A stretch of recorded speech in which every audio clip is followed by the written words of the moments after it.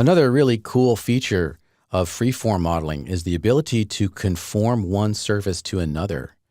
And that would be really helpful in a situation like this where I want to cause this road to hug the surface of the landscape underneath it. The road's currently floating above that surface. We can see that a little bit better if we turn on shadows in the viewport.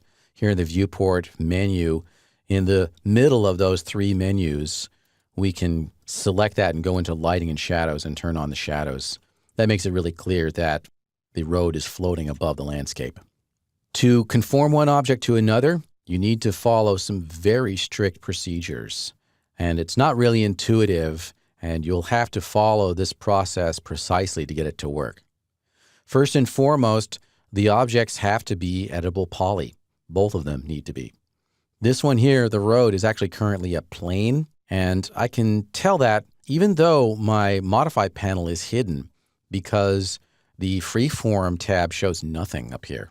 And that really is a dead giveaway that this is not an editable poly object.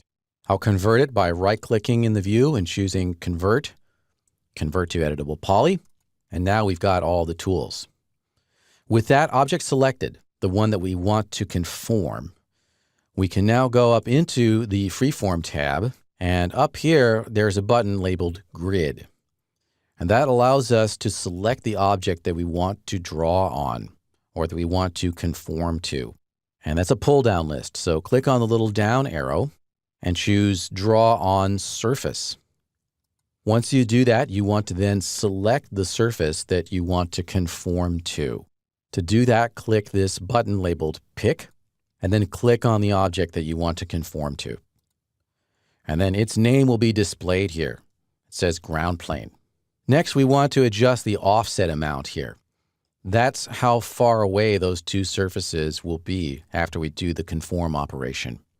If we left this at a value of 0, what would happen is that we would see the ground plane sticking up through the road in certain locations. And that's because these are at slightly different levels of detail, and the edges of the road are not going to align precisely with the edges of the ground plane. And so we would see parts of the ground plane sticking through.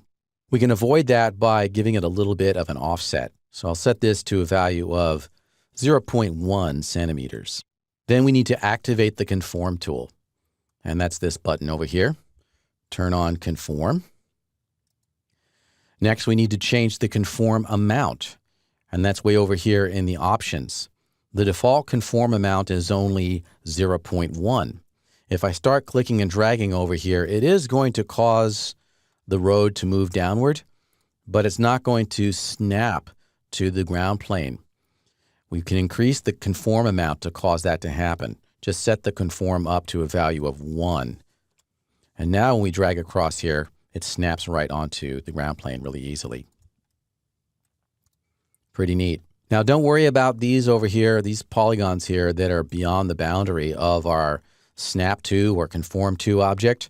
If we really needed to, we could go ahead later and delete those polygons. But for now, it's sufficient that we've conformed those polygons and vertices to the surface of the road.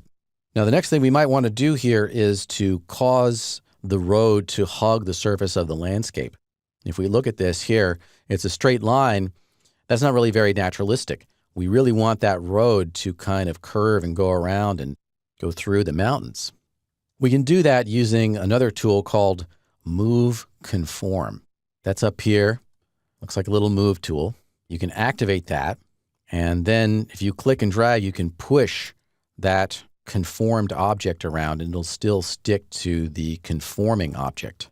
And to get better control over how that occurs, you can adjust the fall off and the full strength radius of your brush. I'll undo that operation. Up here, we've got two values, full strength and fall off. Full strength is the inner white circle there. Anything that's inside that circle will receive the full amount of deform move or deform transform. And then that influence will fall off linearly until it reaches the outer black circle, and that's the fall off radius. If I increase the full strength amount a bit, let's say up to like about 100, we can see there's a difference now between those two radii. It's probably easier to use the keyboard shortcut for that. The full strength radius shortcut is Control, Shift, and drag. We can increase that full strength. And then the fall off radius, we can adjust that here as well. Or again, we can use the keyboard shortcut.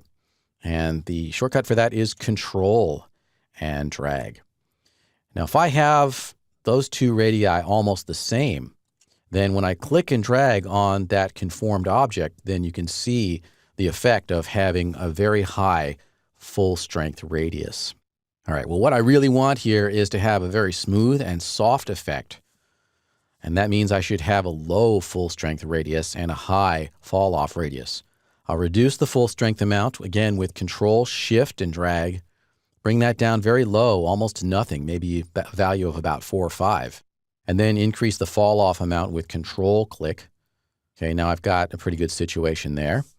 I'll undo that movement that I did a minute ago with Control Z, and then boom, now I've got a lot better control over how my road's going to conform. Now, it's not all perfect. You can notice that as you move this around, that it's actually going to slightly distort the shape of the conformed object. And that's just sort of an outcome of the tool itself. But it's not really a problem because you can also just use the Relax or Soften tool to sort of fix that issue a bit. To use that Relax Soften tool, you can go up and just click on the button and then drag, and that's going to soften that up a bit. Now, as you see, it's still causing it to poke through, and we probably want to fix that too so we can push and pull that selected object up by just a tiny amount. We can set that offset amount to something like 0.1 and then just pull that up a bit to sort of manually fix that. Maybe bring the size down. Again, it's Control Shift to change the brush radius. We can sort of touch that up and make that better. All right, pretty great. That's how we can conform the surface of one object to another using the freeform modeling tools.